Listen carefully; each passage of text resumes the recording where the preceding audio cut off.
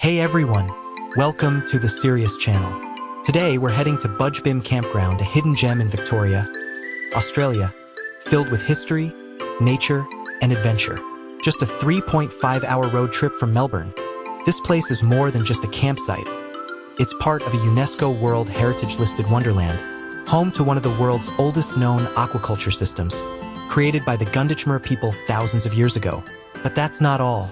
Stick around, because in this video, I'll also share some essential tips and tricks for choosing the best campsite to make your stay even better. Whether you're a seasoned camper or a first-timer, there's something here for you. Let's dive in. Did you know that the Budj Bim UNESCO World Heritage Site is divided into 3 components? The northern, central, and southern sections each offer unique ways to explore this incredible cultural and natural landscape. In the northern component, you can hike through stunning volcanic landscapes. Choose from several trails like the Natural Bridge Walk, Lake Surprise Walk, or the Crater Rim Walk, which takes 1 to 2 hours. If you're up for a longer trek, the Lava Canal Walk stretches over 6.5 kilometers and takes about 2 to 3 hours. Don't forget to bring your torch. From the campground, you can drive 30 minutes to Lake Conda and visit the Tay Rak Aquaculture Center. Take a guided cultural walk to see ancient aquaculture systems, Aboriginal stone houses, and the lava flows of Budj Bim. And don't miss out on trying the signature eel platter, a true taste of history. A 35-minute drive brings you to the Tirrandura Indigenous Protected Area. This site features raised pathways and boardwalks, a multi-level interpretation system at key locations, and stone aquaculture sites.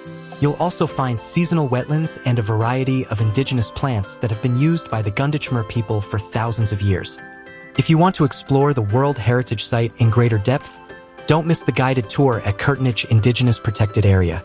Here, you'll discover ancient stone eel traps, stone channels, and the remains of traditional stone house sites. You'll also see the unique eel smoking trees, which were used by the Gunditjmara people for both cooking and preserving eels as a vital food source. If you're planning to take a guided tour, remember that it's only available from Wednesday to Sunday, so be sure to book online in advance.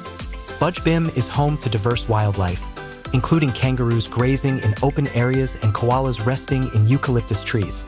You'll also spot native birds like kookaburras and black swans. With its rich ecosystem, Budj Bim is a great place to experience Australia's unique wildlife. Alright, camping tips and tricks? Budj Bim Campground has well-maintained sites perfect for tents, camper vans, and even caravans. There are picnic tables, fire pits, flush toilets, and hot shower. Everything you need for a comfortable stay. Just remember to bring your own drinking water and firewood if you're planning a campfire. To give you a better sense of the site scale, I'll take you on a short drive through a portion of the road. We are driving from the second corner of Site 22 to the entrance of Sites 12 to 21. The environment is quite different inside the campsite compared to the outside, which is more open. The road conditions are decent, but you'll often see kangaroos hopping around, so stay alert. The campsite is generally divided into 2 zones. The southern zone, which includes campsites 1 to 11, and the northern zone, which includes campsites 12 to 21. Campsite 22 is unique, and we'll explain it further later. Each zone has a toilet block, but during our trip, the northern zone's toilet was temporarily closed. As a result, we had to drive from our site to the toilet block in the southern zone. Shower facilities are only available in the southern zone, so be mindful when choosing a campsite. While some offer greater privacy, they are more isolated, whereas others are more convenient but provide less privacy. Next, I'll take you through each site and analyze the pros and cons from my perspective. Site 4 is the first campsite in the southern zone, so it offers less privacy. Sites 5 and 6 are located next to the main path to the toilet, offering less privacy. They share a picnic table and fireplace, and their sites are also overlooked by Sites 1 and 2.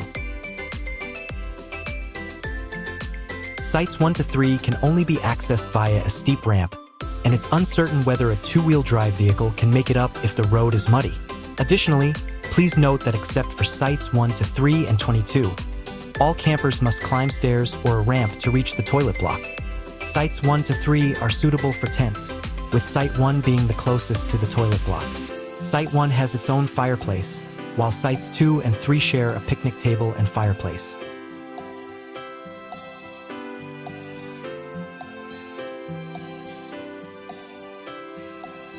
Sites 7 and 8 share a fireplace and picnic table, with Site 7 offering less privacy as it is located near the corner of the path to the toilet. Sites 9 to 11 are located at the dead end of the road, offering more privacy but less convenience when it comes to accessing the toilet. Now, let's move on to the northern campsites. At the time of our camping, the northern toilet block was temporarily closed, so make sure to check for updates on the Parks Victoria website before booking. Site 12 is located at the road junction, offering less privacy, but it does have its own fireplace and picnic table. Site 13 is located near the road junction, offering less privacy, but it does have its own fireplace and picnic table. Sites 14 and 15 are located at the dead end of the road, offering more privacy, but the fireplace and picnic table are shared between the two sites.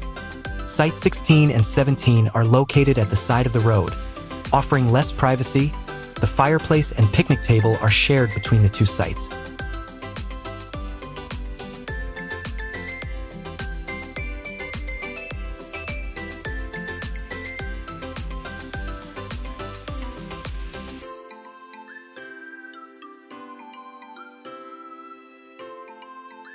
Sites 18 is located at the side of the road, offering less privacy.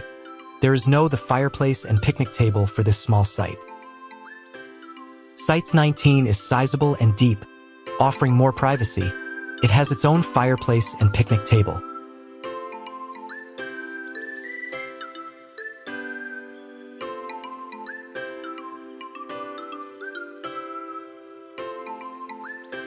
Sites 20 is very small and shallow and does not have any fireplace and picnic table.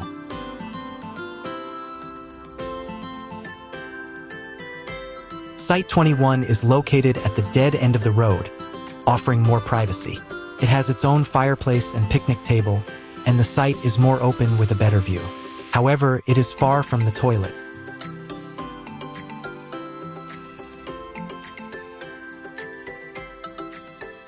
Site 22 is the farthest from the entrance in terms of driving. However, there is a pathway that connects the site to the southern toilet block without requiring access to stairs.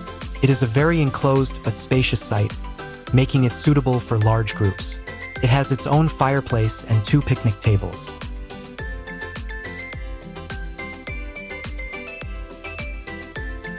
Here are my own observations.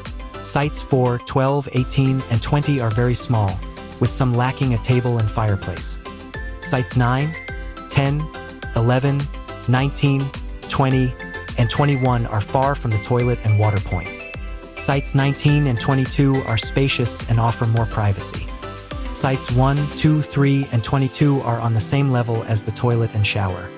Site 21 has a more open view of the sky. These are unpowered sites, so be sure to bring your solar panels and batteries. Unlimited hot showers are available at the accessible toilet, while other toilets have limited hot water. The campsite is within walking distance of hiking trails and Crater Lake. Many kangaroos hop around from evening until early morning. Secure your rubbish and food properly, or they will steal it. That wraps up our tour of Budj Bim Campground. If you found this helpful, don't forget to like, subscribe, and drop a comment. Thanks for watching.